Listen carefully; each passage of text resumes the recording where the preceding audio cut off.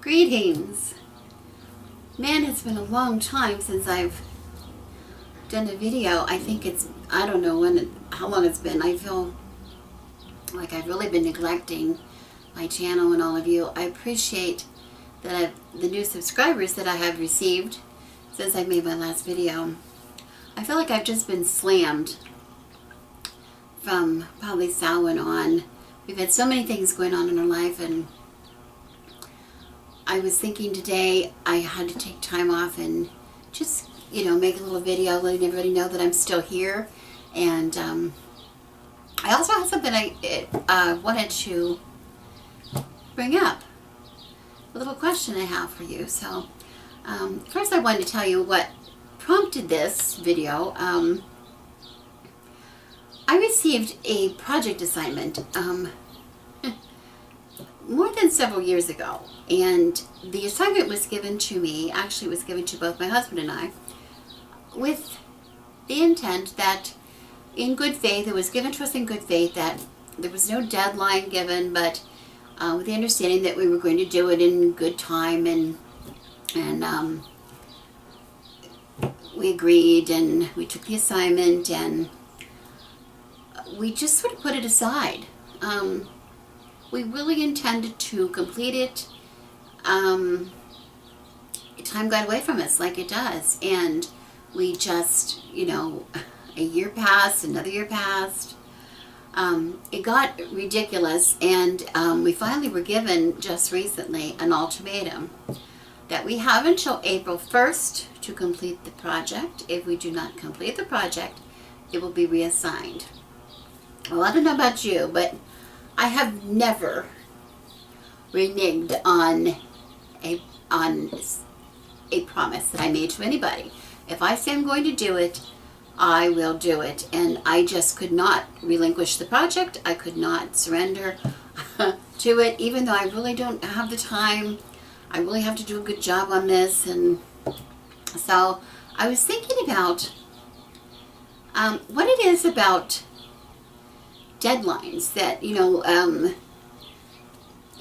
my intention was honorable to complete it, and it wasn't until I got this ultimatum, do it now or else, that I actually sat down to do it. And I think that's really common among a lot of us, that we really do better when we have a deadline, when we're given our own given it to our own affairs. We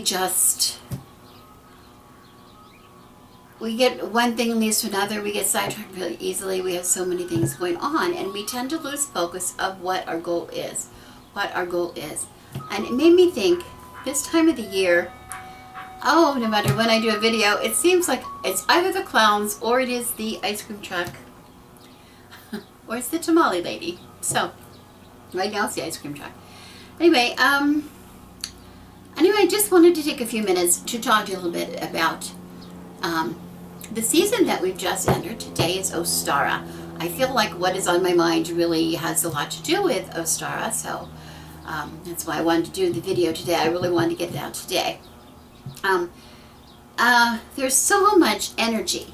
At this time of the year, we have so much energy in the air because we are celebrating Ostara. We are celebrating the equinox, the spring equinox, when finally light is starting to return. This is the day when we have equal dark and light.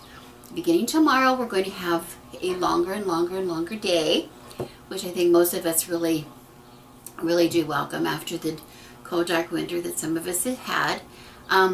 It is not just pagans who, of course, celebrate this. Everybody knows Christians. This is the time of the year where Easter is going to happen, and Easter celebrating again the hope of a new life after death, the resurrection of Christ, celebrating. The Jews are celebrating Passover around this time, where they are celebrating a new life for them, freedom from being enslaved for thousands of years. I have a friend who is of the Baha'i faith, and the equinox is actually their New Year's, and they actually celebrate in April. They have pretty much a month-long it seems like a month-long fasting, preparing for a 9-day, I think it's 9, maybe 12-day festival feast. They have a big feast. She is a cook, and she cooks literally round the clock and packs things in her freezer for this massive celebration they have at the end of this period of fasting. It is the celebration of, what's it called? Rizwan. I have it written down so I would not misspeak. Which actually marks the beginning of their faith. So this is a time for new beginning for all kinds of people. So the energy is here in the air. Okay? Now during Imbolc, we looked forward to this. We got a hint that this was coming. We knew the light was coming. We knew the warmer weather was coming. We knew the longer days were coming. And we eagerly looked forward to new projects, new beginnings, new experiences that were about to happen. During Ostara, we actually know the beginning is here. Know the light is here. We know that all this new, everything new happening is now here within our reach now. Not something that we're just dreaming about, hoping, working towards. It's actually here. I see Ostara as a chance to take a leap of faith. It's really not possible during the long dark nights of winter. If I was still living in Pennsylvania, this time of the year, I would be taking my storm windows off. I would be taking my winter tires off the car. I might be dating myself. I'm not sure if you use winter tires anymore. I would be packing away some of my heavier winter clothing because I would know that spring is here or right around the corner. Depending on where you live, how long it takes to get there, but we know it's coming. We know it is coming. It is no longer, oh, I wish it was going to be spring. It is now spring. And so we do not need all those trappings that we needed during the winter. Here in California, I have a little different kind of ceremony involved. It's more like I put the heat back on the pool because it's going to be nice warm days. We've had a lot of really nice warm days in the 90s, actually. But we typically do not heat our pools during the winter because it's just too expensive to do so. But of course now it's the beginning of, it's time to swim. Also, of course, I am planting my summer garden. This is the time that we have to plant. If we want to have a summer garden, we have to get it in now. Some of it's a little late almost. I know that the days are going to grow longer. I know that we will continue to see warmer days and nights. I know the plants that died over winter will grow back. It's not merely a wish. I know this for sure. It seems the appropriate time to ask a question that I've been wondering about, which is sort of related to this whole idea of wanting something, wishing for something, and knowing that something is going to happen. And here I'm talking about the difference between a prayer and a spell. Might seem a little far-fetched to draw that analogy, but bear with me and I maybe can explain what I mean. I think we're all in agreement that there really is a difference between a prayer and a spell, and most of us, of any faith at least, probably do both. We pray, there are times that we pray, and there are times that we cast spells. But what is the difference? What is the actual difference? Those of you, excuse me,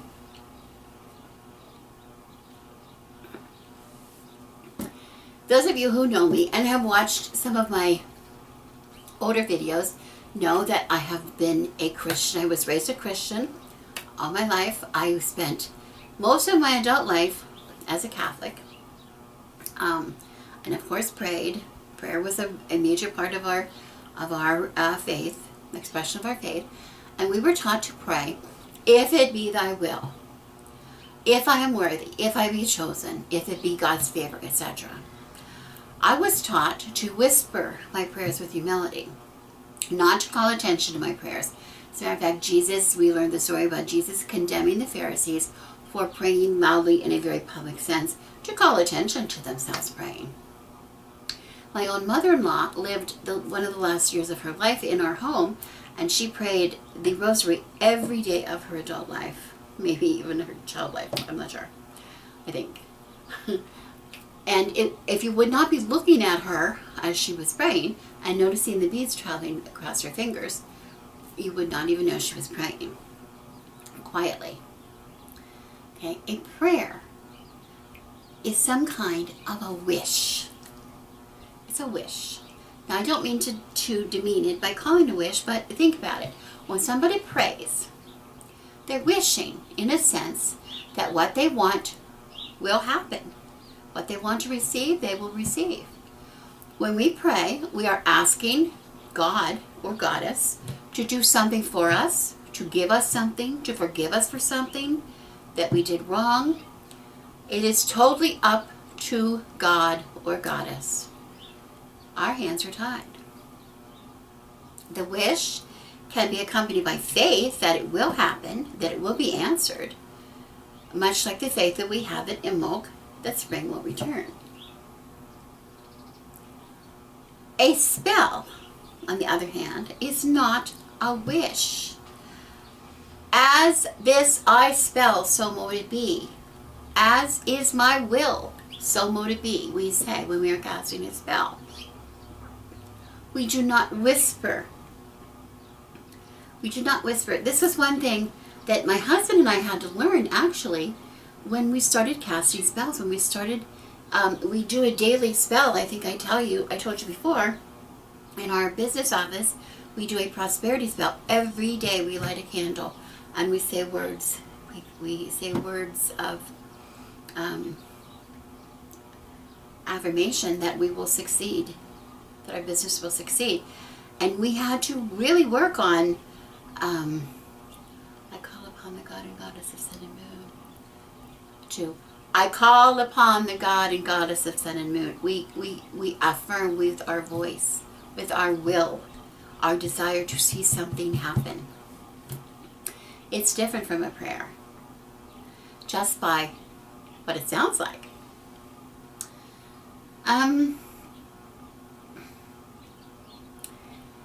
When we cast a spell, we are using our energies and the energies around us to bring upon the manifestation of something, to attain something, to accomplish something. And it is totally up to us to make it happen. At Imbolc, I gathered up the seeds that I had been painstakingly saving from last year's garden, okay, and the years before. And I have faith at Imbolc that those seeds, when I plant them, will give me new vegetables, provide me with the same vegetables that I enjoyed the first time around, the vegetables that provided me with the seeds in the first place. But prayer alone is not enough to give me those vegetables. In order for my vegetables to grow, the seeds that I have been taking care of must be first of all planted in the right soil, given the right amount of water, fed the right nutrients, provided with the right light by way of sunlight, protected from disease, protected from animals, right? Protected from insect invasion. It is totally up to me to make that happen. Okay? I can cast a spell when I plant that seed. But if I do not follow through on my part, it is just a wish. It is just a wish. If I put those in the ground and walk away and say a few words over the seeds, I hope my seeds are going to grow into some really cool vegetables. If I do not follow through on my part, there will be no vegetables growing from those seeds.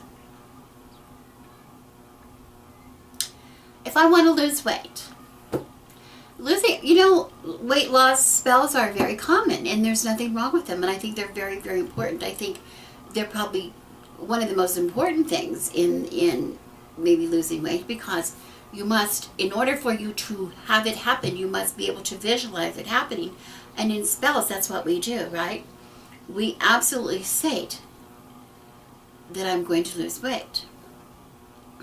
Okay? I will cast a spell. I can gather all my tools. I can make a special incense, or I can make a special oil. Write some really cool words to say. You know how that goes.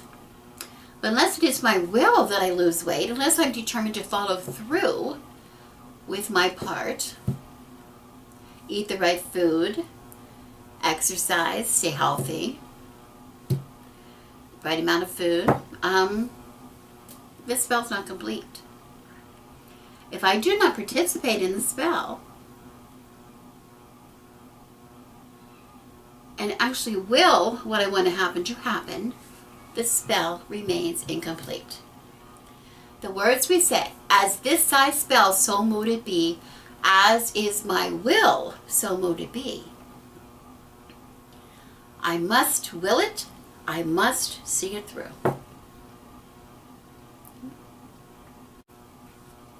At Imbolc, we say, I hope I can get there. I can imagine myself there if I actually follow up with my action. I imagine myself on the beach. I imagine feeling the warmth of the sun on my face. I imagine the cries of the gulls and the sounds of the surf pounding the sand. At Ostara, we say, I know I will get there. I am physically taking steps to move from here to there.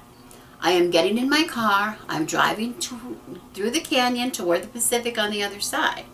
I can smell the ocean, and I can feel the cool breezes in my face as I drive. Just like the wheel of the year, we are walking this wheel. We are participants in the wheel. We are participants in our spells. When we get to Ostara for the first time since winter, we can actually see what we've been waiting for. We knew it was coming. We had great faith that it was coming. We know from experience it was coming, but we can actually see it arriving.